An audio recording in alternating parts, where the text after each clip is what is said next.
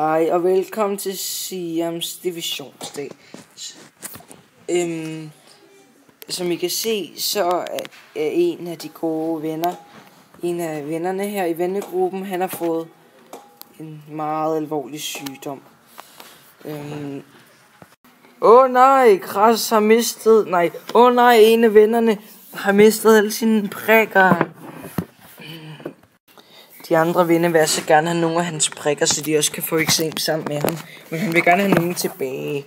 Og det skal vi dele op. Der er 100 prikker nede på jorden. Så nu skal vi for eksempel se.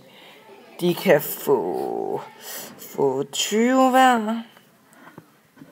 20, 40, 60. Det giver 60.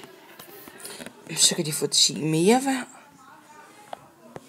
Og 60 plus 10 plus 10 plus 10. 60 plus 10 giver 70. Og 70 plus 10 giver 80.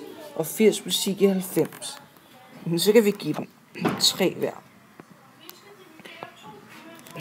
Og 90 plus 3 plus 3 plus 3.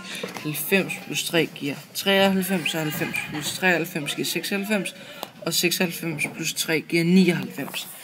Og så skal vi dele det i komma. Og nu er der ikke så meget at sige, så giver det bare komma 3, 3, 3, 3, 3, 3, 3, 3, 3, 3, 3, 3, 3, 3, og så videre.